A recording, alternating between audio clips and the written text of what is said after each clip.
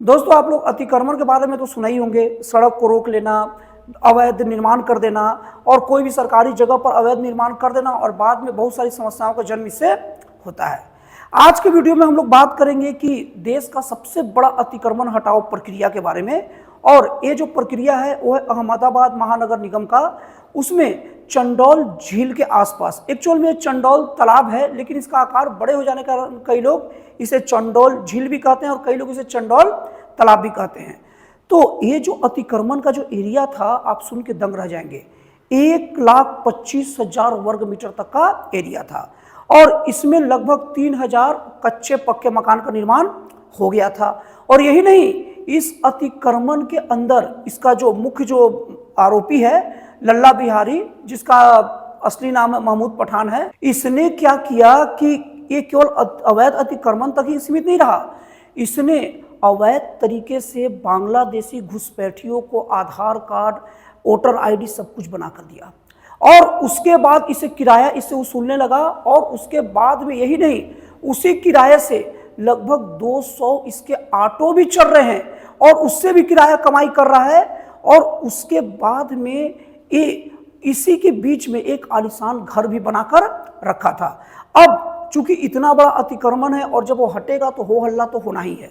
उसके लिए प्रशासन को लगभग 2,000 पुलिसकर्मी बुलाने पड़े और अतिक्रमण हटाने का प्रक्रिया ये ले लीजिए कि सुबह से चालू हुआ तो शाम तक चलते रहा और इसमें लगभग 70 जेसीबी को मंगाना पड़ गया और अलग अलग जगह से 50 टीमें आई और वहां का कलेक्टर ने भी पूरी तरीके से इसमें सहयोग दिया और कलेक्टर का भी इसमें सहयोग लिया गया।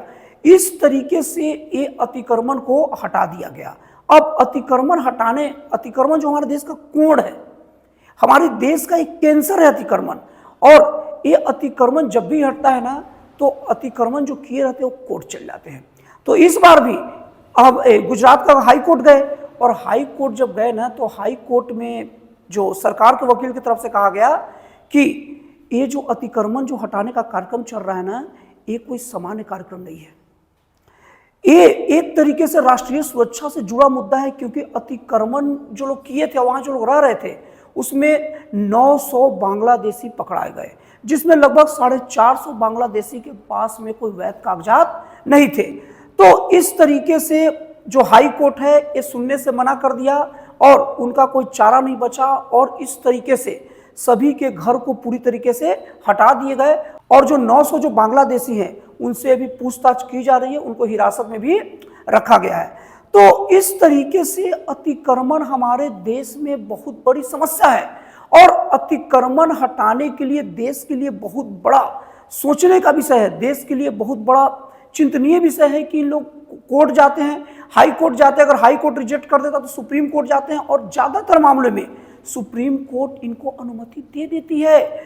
मतलब जानकर ताजुब लगता है कि सुप्रीम कोर्ट मानवता के नाते, इंसानियत के नाते अतिक्रमणकारियों को उनके घर में रहने की अनुमति दे दीजिए, मतलब अतिक्रमण नहीं हटाने की अनुमति दे देती है।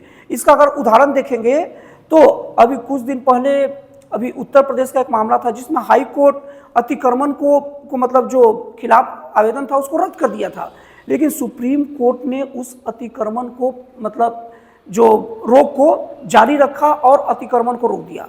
और यही नहीं, कई घर को जो तोड़ दिए गए थे उसे 10 लाख रुपए मुआवजा की बात कर दिया गया।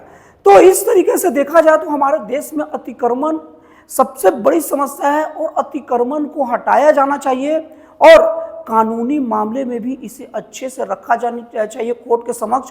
और कोर्ट को भी इस ओर ध्यान देना चाहिए कि अतिक्रमण केवल अतिक्रमण है, अगर कोई अतिक्रमण अवैध है तो हमें किसी भी तरीके से मानवता के नाते या किसी भी नाते से उसको वैलिड नहीं देना चाहिए। हाँ, अगर उन लोग वाकई में मानवता के नाते उन लोग हकदार हैं तो सरकार को आदेश दे कि उनके लिए राहत कैंप की व्यवस्था करे। जब तक उन लोग कुछ हो नहीं जाता अच्छा जुगाड़, तब तक राहत कैंप पर रहेंगे। लेकिन यहाँ समस्या ये भी उठती है कि अगर मान लो कि कोई व्यक्ति को अतिक्रमण किया और या तो उसका अतिक्रमण को मानवता के नाते छोड़ दिए तो हर आदमी तो फिर सड़क घेर के खड़ा हो जाएगा ना। हर आदमी खाली सरकारी जगह देखेगा, उस मतलब उसमें 2-4 ईंटा से घेर देगा और फिर कोर्ट जाएगा। और कोर्ट अगर उसको मानवता के नाते देगी तो फिर वो आदमी अपने आप को बेवकूफ और ठगा हुआ महसूस करेंगे जो बेचारे ईमानदारी से घर खरीदते हैं, दौड़ भाग करके घर की रजिस्ट्री करवाते हैं और उसको वैलिड कागजात रखते हैं।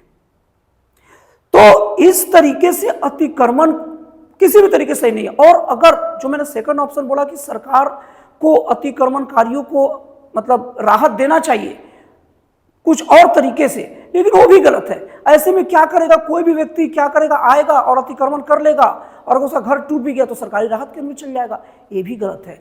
कुल मिला के अतिक्रमण को किसी भी तरीके से बर्दाश्त नहीं किया जाना चाहिए। और अहमदाबाद की जो घटना है वो दो तरीके से बहुत सही है। एक तो अतिक्रमण साफ, और दूसरे तरीके से जो बांग्लादेशी घुसपैठिए जो अवैध रूप से रह रहे हैं, बांग्लादेश, पाकिस्तान, कोई भी देश से अगर कोई अवैध नागरिक रह रहा है तो निश्चित तौर पर सुरक्षा के लिए खतरा ही है।